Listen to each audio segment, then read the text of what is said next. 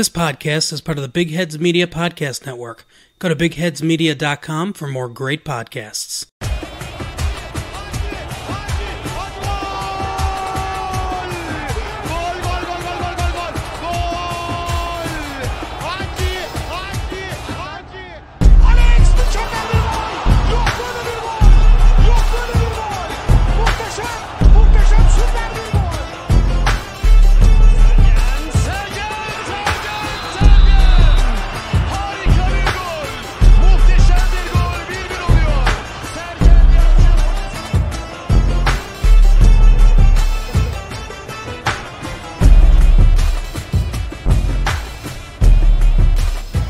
Hello Turcaholics and welcome back to Football a la Turca. My name is Kaan and I am joined today by Umut and Yakup to talk a little bit more in depth about the impact of the coronavirus on Turkish football. Guys, welcome back to the show. Umut, how's things going there in Turkey now that you've been quarantined, so to speak, because of course you came from England, so they had to lock you down.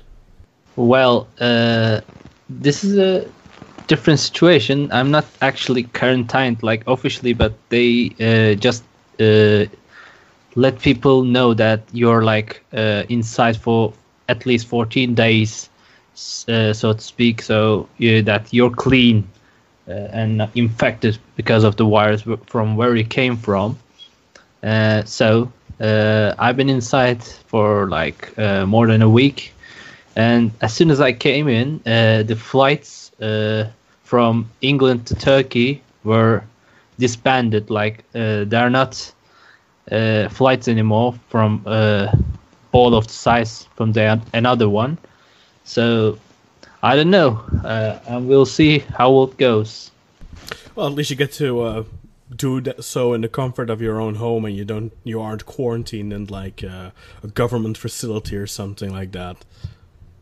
Yeah, like they were like the Hacı dedeler, you know, they went to Umrah to Saudi Arabia, and then when they came here, as soon as they were tested, there were like 2 or 1 infections amongst the group, so they were all quarantinized in a dormitory in KYK yurts in Turkey. Like, and you know, they attempted to escape.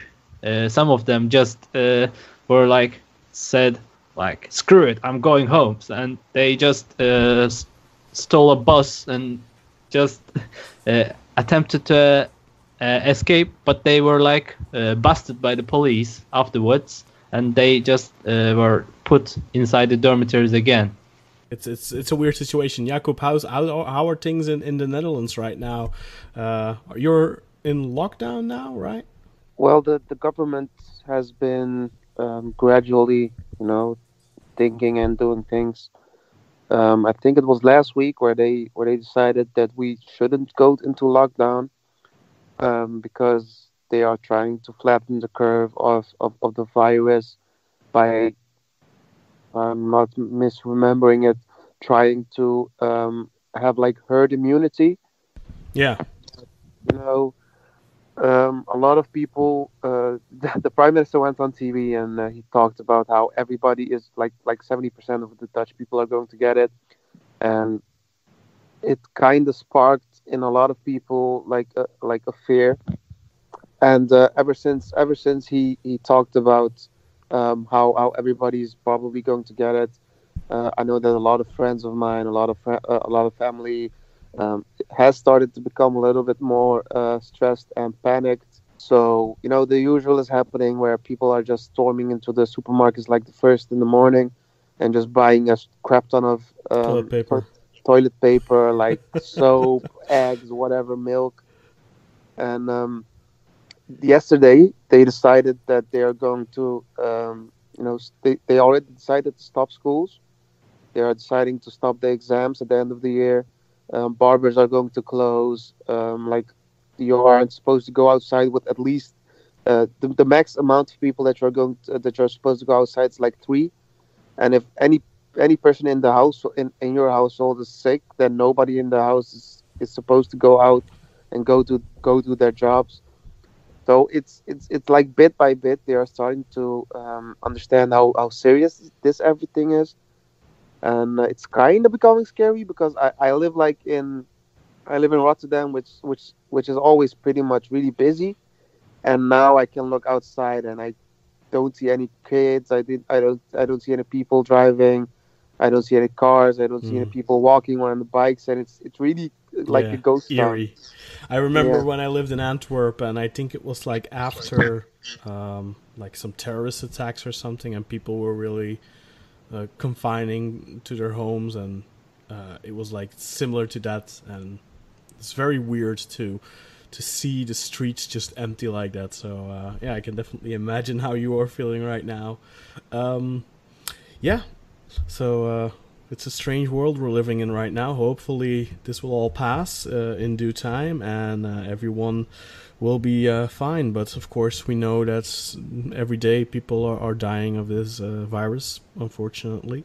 Let's just hope, and if you do partake in praying, pray that those people will be fine. But let's talk a little bit about the impact that the coronavirus has had on Turkish football. As we know, last week the league was finally postponed. No more matches for the foreseeable future. I do believe that the TFF president Nihat Özdemir was talking about June, July to pick back up. I think he said something in between June, the 23rd of June to the 23rd of July to finish the league or something like that. But we'll have to wait and see what happens there. But we have our first confirmed cases of the coronavirus in Turkish football right now. It was already stated, I think last week, that Abdulrahim Albayrak, Galatasaray's board member, I believe he's the vice president of Galatasaray. Is that correct, Umut? I think so, because I'm not sure, because all the hierarchy changes, year by year after the president elections. Yeah.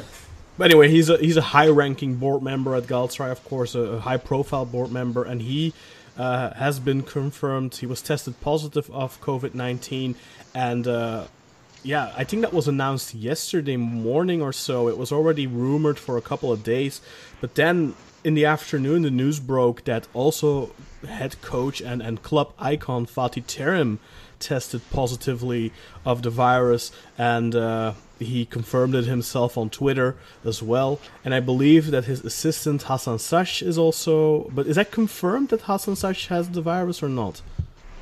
It's not confirmed yet, I think.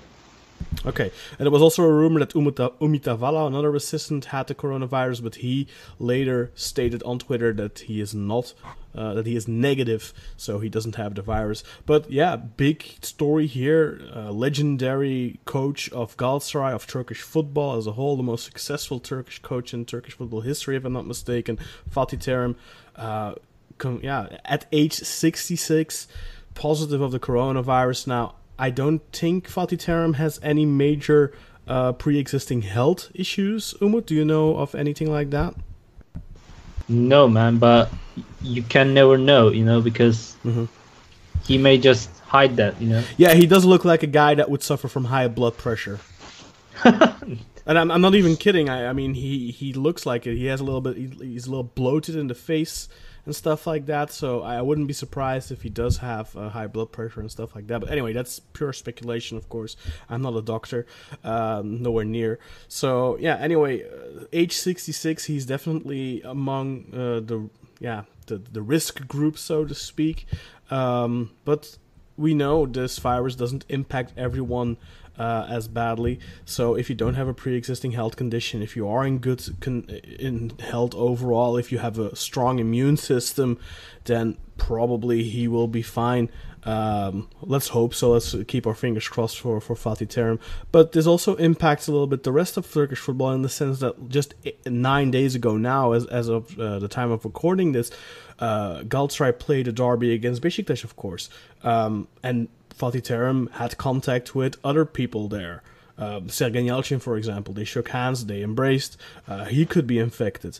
There's other people, I'm sure, that had contact with Fatih Terim, that maybe had contact with Albayrak.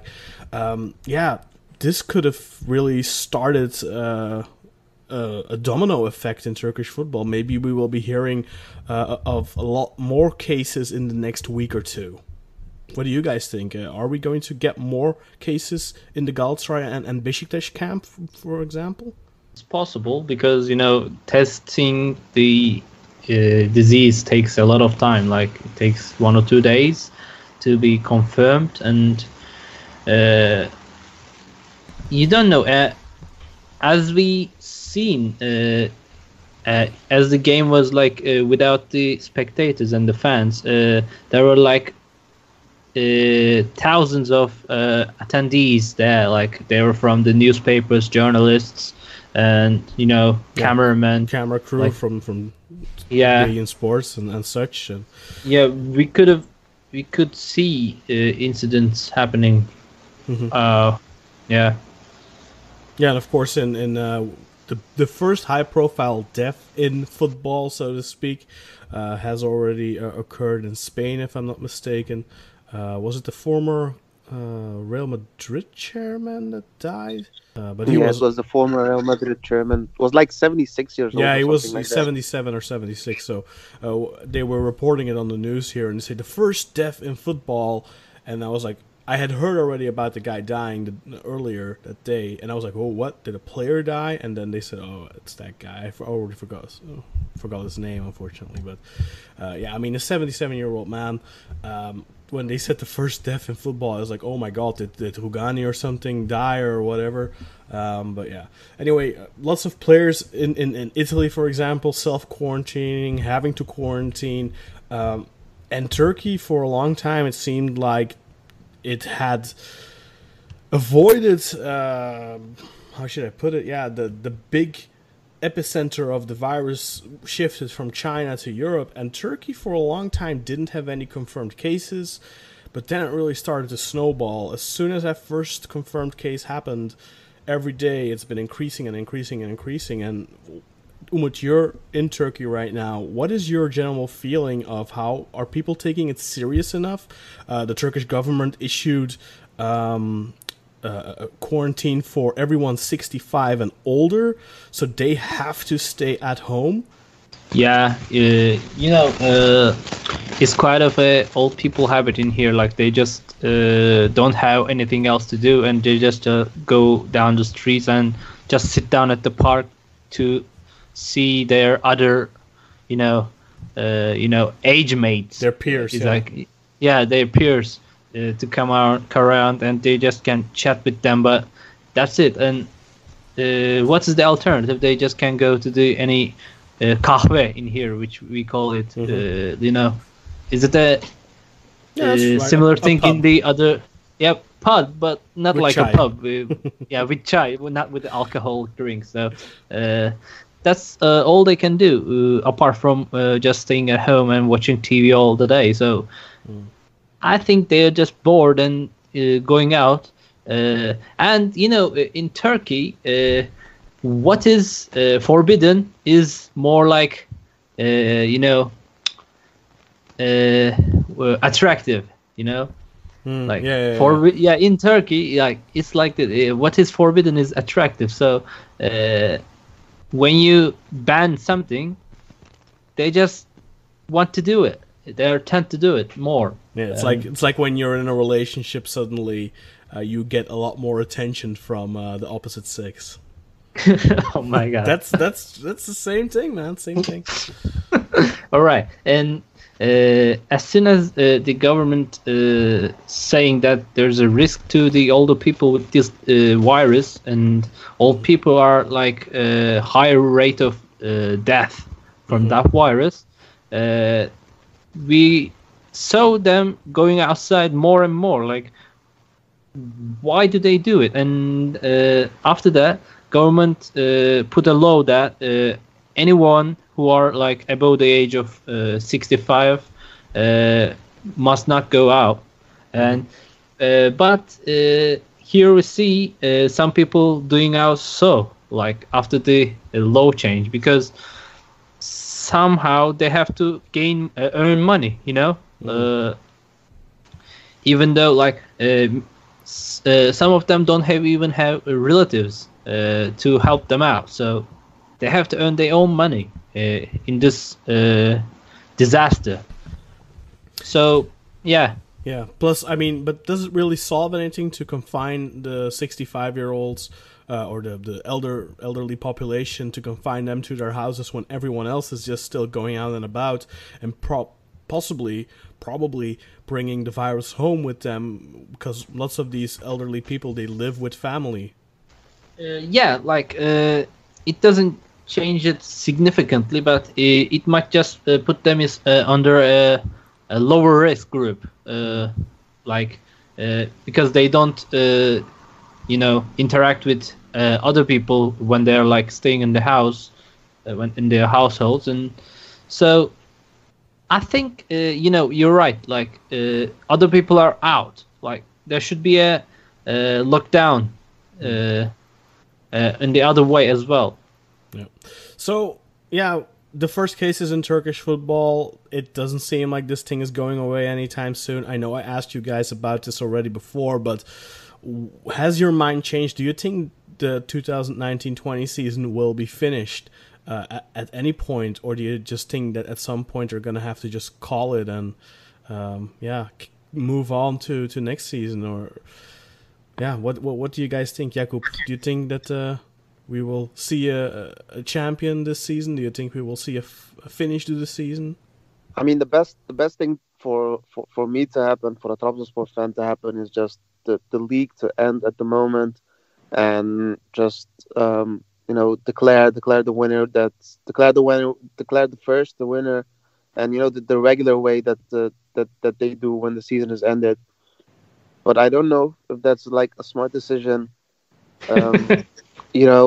Just in for several ways. I think that if Turkey makes a decision like that and several other countries don't, then it's going to be a little bit annoying. I think that FIFA has to come in and actually say okay, I think that this is going to happen, because if Turkey suspends the league and they decide to start over, when the next season starts, and meanwhile the Dutch and the English and the Spanish league just wait like a month or two and just to resume the season, then the whole equilibrium of the world is just going to go all wonky, So I think that the smart decision would be to just end the leagues, but don't give out any prizes or anything. Just say okay, this is the way it happens, and just restart next year.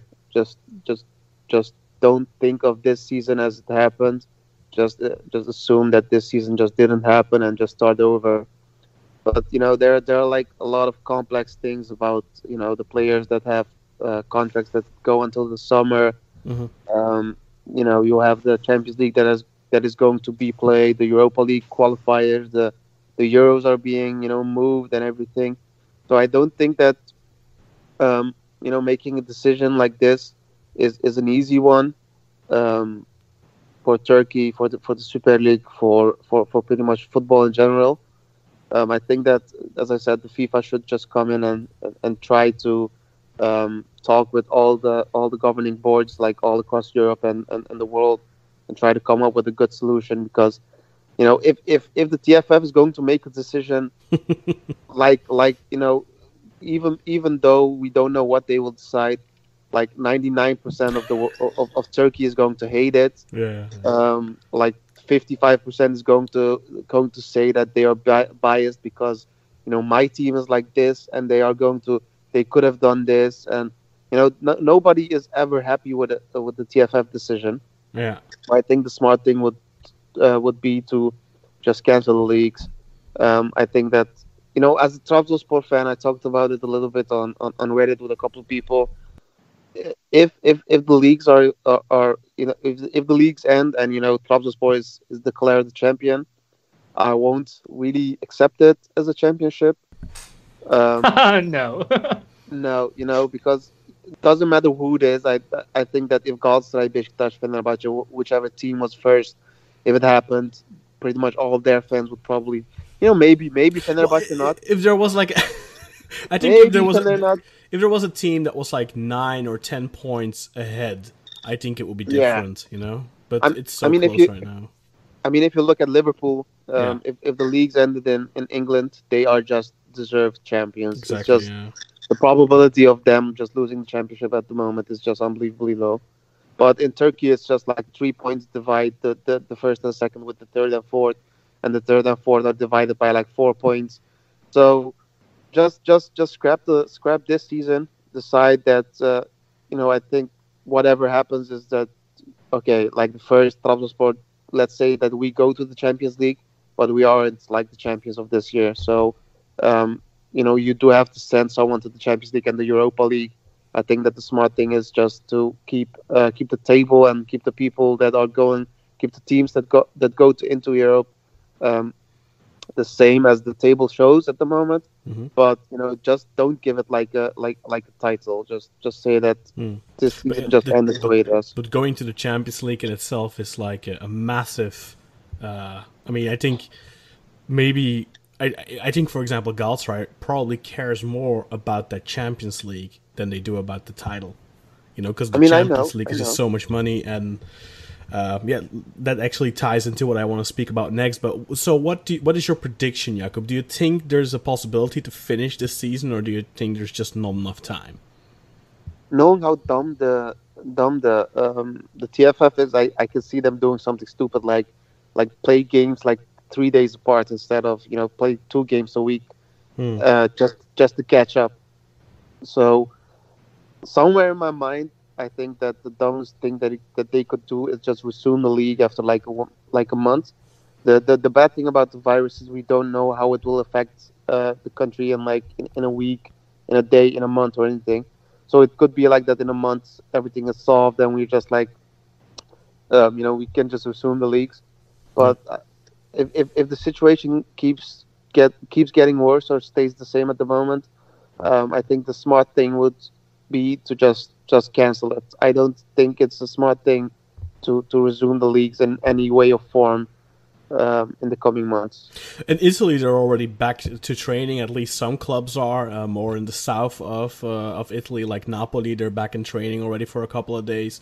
I do think if the league would get restarted, there would of course have to be like almost a mini training camp again to get back the condition, the fitness, because stopping training for 3-4 weeks, that's going to have an impact on players too. And especially like you're saying, the TFF will probably come up with some idea of playing every 3 or 4 days or something like that, and then you definitely, I think, need a couple, like at least 1 or 2 weeks, at least 2 weeks, I'd say, to get the conditions back, or even longer probably.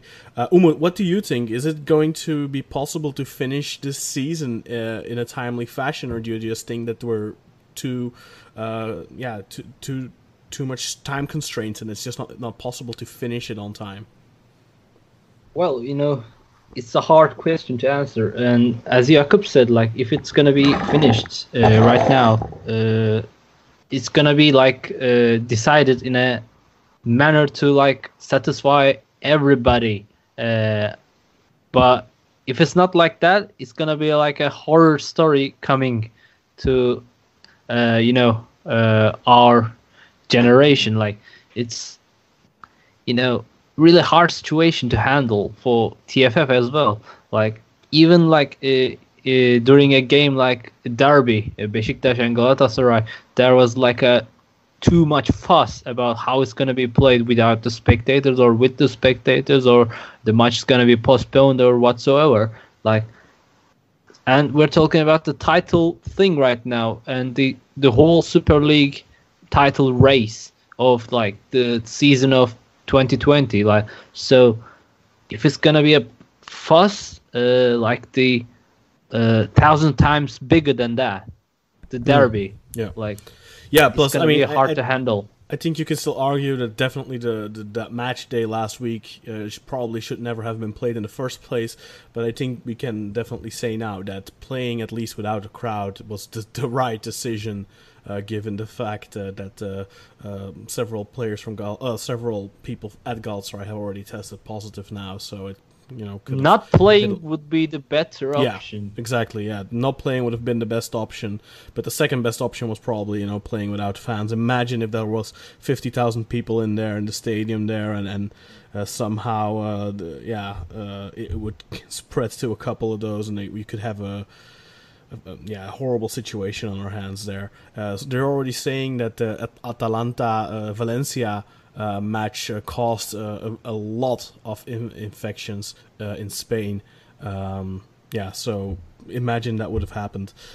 Anyway, another thing I want to talk about is the monetary impact on clubs. Right here in Belgium, for example, many members of the staff of Anderlecht have been made technically unemployed, which basically means that they are going to get government welfare now. That means they basically drop down to 70% of their brute wages, up to a maximum of I think 2,500 or something like that, or 2,200 or something.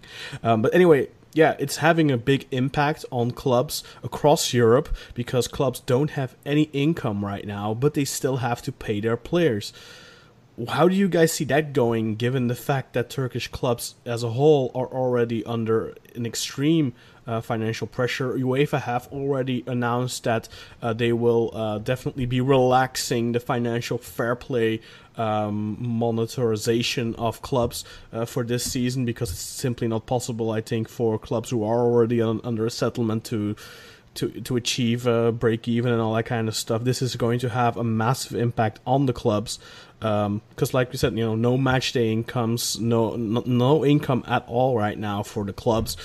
What do you think is the best situation here? Should players maybe agree to take a pay cut or something? I mean, it's not fair on the players, but it's not fair on the clubs either. If you're still having to pay, I don't know, every month a wage bill of 5 million euros or something. How is that possible? How is that sustainable for the clubs? And what do you think is going to happen in the long run in that regard? Umut's going to give you the floor first. Oh my God. All right. Yeah, I know it's a difficult question. What do you see as the possibilities? Do you think that players could perhaps accept not getting paid for a couple of months or something, which of course we all know in Turkey happens. They have to, there's no match to be played, and they're like sitting at home and there's no training at all, and they have to let themselves inside their houses and not go out. So I don't know, this is a terrible situation to be in, and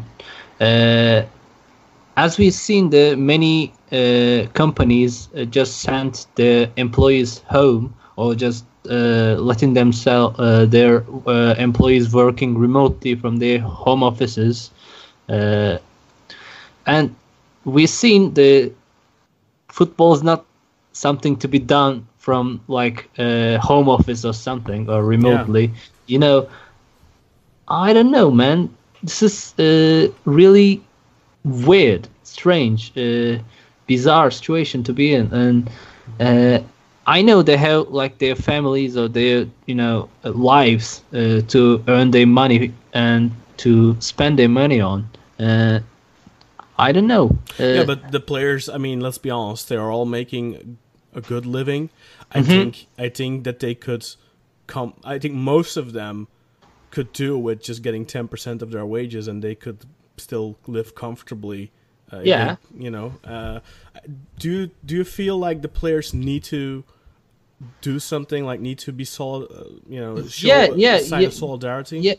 Yeah, definitely, because it's a hard situation both for clubs and both for the players, and there should be an agreement. And if it would be fair if the FIFA themselves just announce something like that to satisfy the players, the situation they're on right now, because otherwise they would just demand their own money from the clubs, like how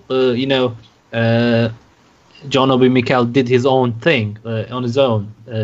I don't know if he was right or wrong, but he acted on his own, as I say, and it's different. And there should be a big community to agree this situation and just let the clubs act as demanded, as said. Yeah, clubs are in modern football are basically companies, but football clubs don't have the same protection, so to speak, as companies do, where they can send people on technical unemployment and stuff like that. And of course, that's not possible in every country either, but for example, here in Belgium it is. And I think that's a great let up for those companies, for them to stay afloat and stay alive through these lean times. Yakup, what's going on in the Netherlands? Is something similar like that at Anderlecht happening in Holland? I honestly haven't heard anything like that about the Eredivisie, so I actually don't know about that. So I do kind of follow the Eredivisie on Twitter. I watch Football Insight to get my daily news, but I haven't seen anyone talk about things like that. We do know that the Eredivisie generally has like a really low wage bill. They have like a salary limit that they give players, and the most that players earn are the players that play at Ajax, and I think only like players like Ziyech earn a lot of money. But otherwise, all the Dutch players earn around 1 to 1.5 million, which even a lot even earn less than that. But the taxation in the Netherlands is also unbelievably high. So I haven't heard anything about stuff like that happening in the Netherlands, to be honest. I don't know. And what do you think should happen? Should the FIFA come in? Should the UEFA come in?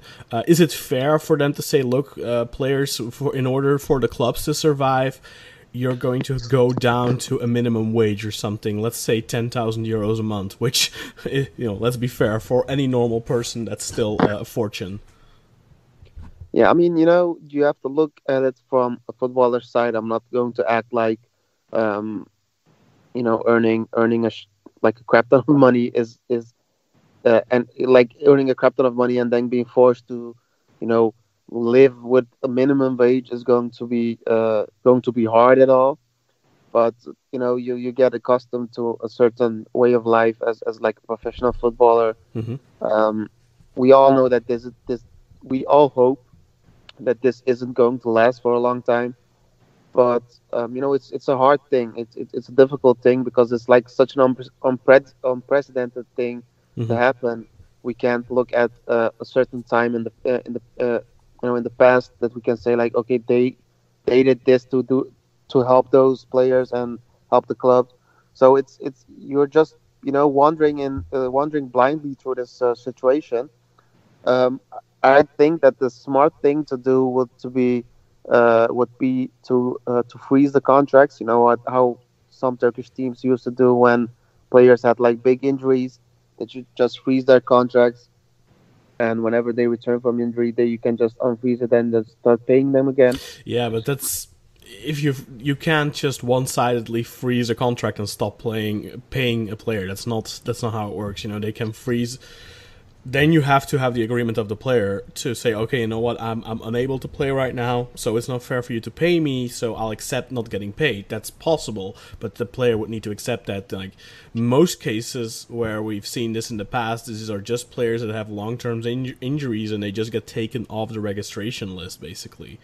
And they can, of course, agree on their contract getting extended and stuff like that, and maybe taking a lower wage, but you can't just single-handedly as a club decide, okay, you know what, now we're going to freeze your contract and we're going to stop paying you. That's, unfortunately for the clubs, and fortunately for the players, not how it works.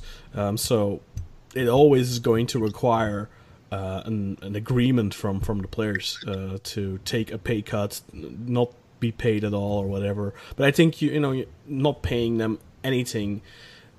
Yeah, that's you can imagine. Okay, look, these guys make X amount of money a year, 1.5 million, 2 million, 3 million. They should have money saved up. But like you said, some people are just accustomed to a certain standard of living, and there's always gonna be those people that spend their money as soon as they get it. And yeah, there's always going to be, there's plenty of cases of footballers who retire and within 5 years they're bankrupt.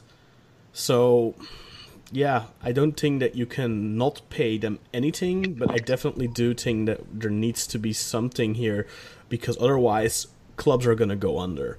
And I don't know if the clubs in Turkey necessarily are going to go under, but we're going to see that across the world, I think, where clubs are just going to cease existing if this situation continues to exist. And definitely in Turkey, you know, if it lasts too long, I think it's going to have a very negative impact on some of the major clubs even.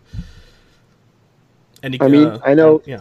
I know that, you know, I wasn't saying that the clubs decide like on their own to freeze contracts. I think that you know, for clubs that would be like the best case scenario. Otherwise, I think, you know, it's hard because you know how it is in the NBA. The NBA like has like a player association, so they have like a governing board that helps the player decide on the salary cap, on the pension that they are building up to, you know, on the retirement funds and whatever. I don't. Do you have that in Turkey? Do you have that in the Super League?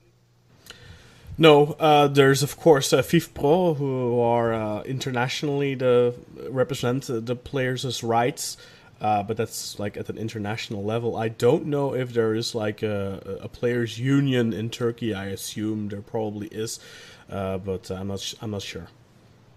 I mean, you know, the best case scenario would be that the player union, if we have that, would come up for the rights of the players to, you know, at least have like a certain amount of their wage still being paid. You know, we know that we know from the financial statements of FIFA that they have like an unbelievable amount of money on reserve that they can always use to spend.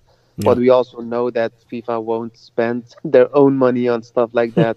And if they are supposed to, you know, be helping all the players all across the world, I don't even think that they have enough money to do that. I just think that, you know, we saw it happen. We see it happen every couple of years that the government just, the teams take loans from the government banks, and the government after a certain year just decides to, you know, to just absolve not, it. yeah, just absolve it. But I the don't question think is, that, can the government really do that right now? Because the economical strain is going to come across the board. And even if they could, I honestly think that they even shouldn't. You know, football is secondary. I think the country is more important than that. So it's kind of a difficult. I think that once again we have to, you know, we're just stuck between a rock and a hard place.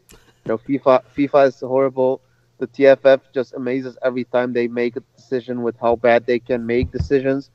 I think that the TFF has to make a decision with the Kulüpler Birliği, and all the presidents have to just come up with something. Maybe like half the wage budget goes in, and the other half is going to be paid to the players.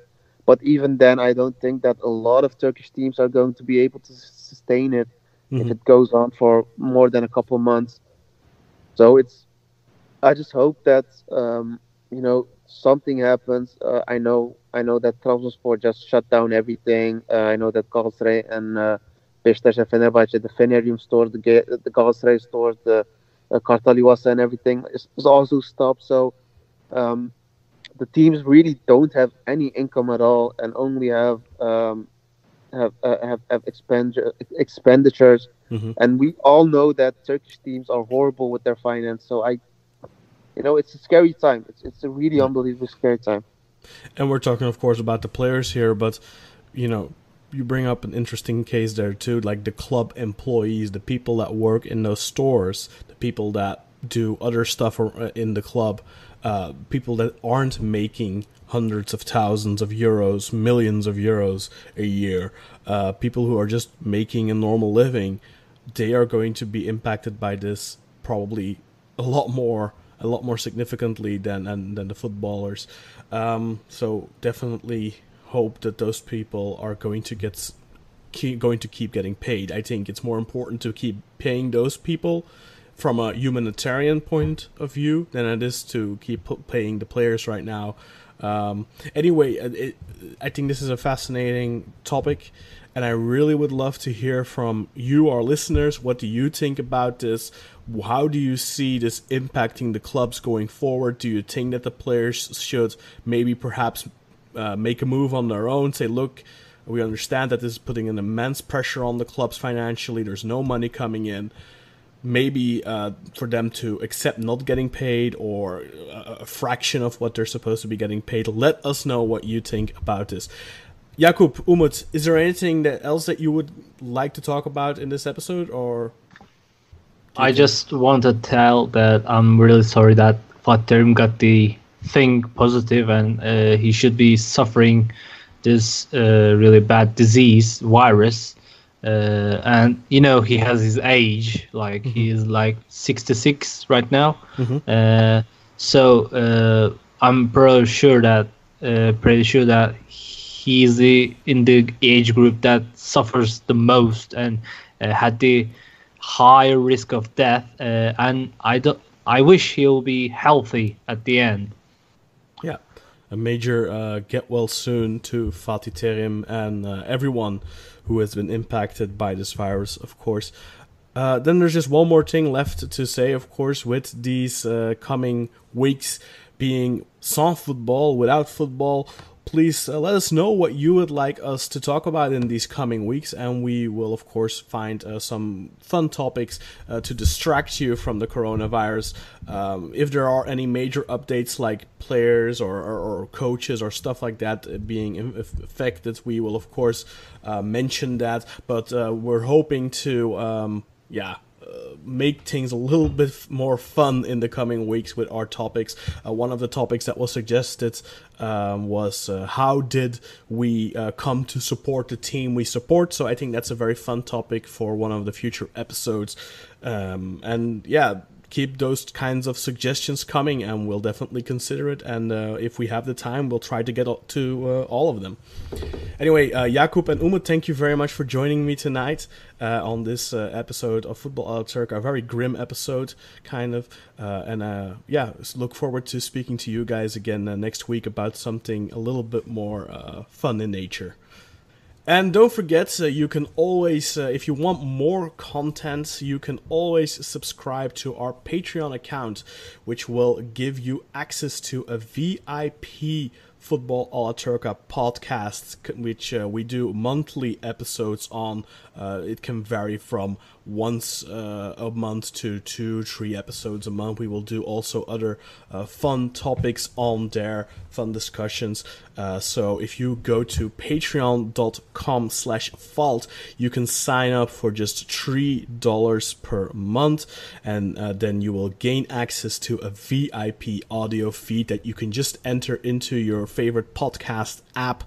You can enter the RSS feed there, and then you will get, of course, our VIP feed. So on top of our weekly free show, that is, once again, patreon.com/fault to sign up for just $3 a month. We appreciate all of our patrons on Patreon. So go, and if you have the ability to, if you can miss $3 a month and you want some extra content, especially in this time, you want some new stuff to listen to, some more stuff to listen to, then it's definitely, I think, a great idea to sign up to Patreon for Football Ala Turca. Anyway, thank you very much for listening to this episode, and we hope to see you again next week or on Patreon.